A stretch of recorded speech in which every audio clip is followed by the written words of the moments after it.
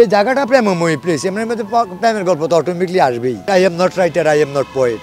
রমনা পার্কে বসে নিজের সুন্দর হাতের লেখায় প্রেম বিরহের গল্প উপন্যাস ফুটিয়ে তোলেন এই লেখক। I am writing A novel. আমার উপন্যাসটার নাম হচ্ছে যে প্রেম তমসা খোঁজে। ইতোমধ্যেই আবু তালিবের হাতের লেখা নজর কেড়েছে সবার। I am student in my class, that time nobody can not believe this my handwriting. তরুণ তরুণীদের প্রেম বিরহের গল্প তার লেখায় ফুটিয়ে তোলেন তিনি, যে লেখা দেখে সবাই প্রশংসায় পঞ্চমুখ। আবু তালিবের হাতের লেখা এতটাই চমৎকার, দেখে মনে হয় কম্পিউটারে কম্পোজ করা। মামার লেখা অনেক সুন্দর আসলে, মানে আমরা এইভাবে সুন্দরভাবে লিখতে পারবো না, উনি যেভাবে লিখছে একদম ছাপানো লেখার মতো। এই পার্কে বসেই সুন্দর মনোরম পরিবেশে লেখেন তিনি। তার প্রথম উপন্যাসের নাম তুমিও কাঁদবে, যে লেখা দেখতে প্রতিনিয়ত তার চারপাশে ভিড় জমায় তরুণ তরুণীরা। সর্বক্ষণই এখানে কপিরা যায়, তাদের চোখের ভাষা, মনের ভাষা, আবেগ অনুভূতি আমার কলমে এসে ধরা দেয়। সে চুয়াগুলাই আমি আমার উপন্যাসের মধ্যে প্রকাশ করি।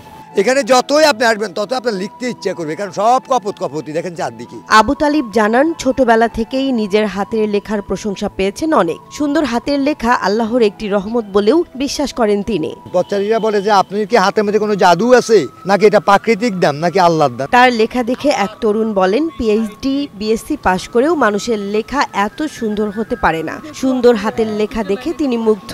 কম্পিউটারে যেভাবে লেখে না, এইভাবে জাস্ট আমি মুগ্ধ হলাম যে লোকটা এত সুন্দর করে কিভাবে লেখে। আসলেই অনেক অস্বাভাবিক, এটা আসলেই সবাই পারে না, ট্যালেন্ট লাগে এটা করতে।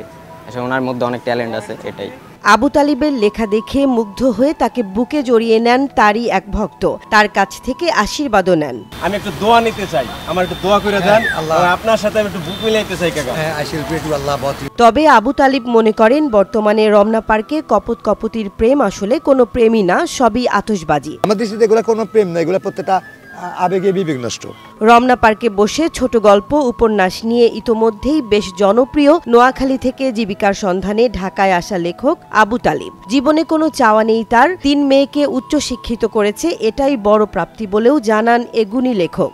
আমার সবচেয়ে বড় আশা ছিল আমার 3 মেয়ে, হ্যাঁ, আমার মেয়েদেরকে উচ্চশিক্ষিত করা, সে স্বপ্ন পূরণ হয়েছে। আমার বড় মেয়েটা মাস্টার্স করছে, আমার দ্বিতীয় মেয়েটাও মাস্টার্স করছে, ছোটো মেয়েরা বর্তমানে ক্লাস 6-এ পড়তেছে ইনশাল্লাহ মেধাবী হিসাবে, মেধাবী ছাত্রী। আমার 3টা মেয়ে মেধাবী, হ্যাঁ, তারা উচ্চশিক্ষিত হয়েছে, এটাই তো আমার সবচেয়ে বড় স্বপ্ন।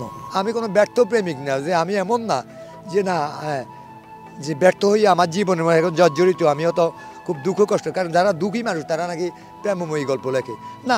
আমি লিখছি আমি খুব সুখী, তারপর আমি লিখতে পারি। এই সময়ে উদ্যানগুলিতে ফুলের গানে, পাখির গানের সবুজ দৃশ্যে মন ভরে যেত। এখন নেই পাখালির কলতান, মুকুলের সুবাস, দক্ষিণা সমীর, এখন এগুলো মনে হয় মরে গেছে। উদ্যানগুলো মনে হচ্ছে বিধবাদারির মতন দাঁড়িয়ে আছে।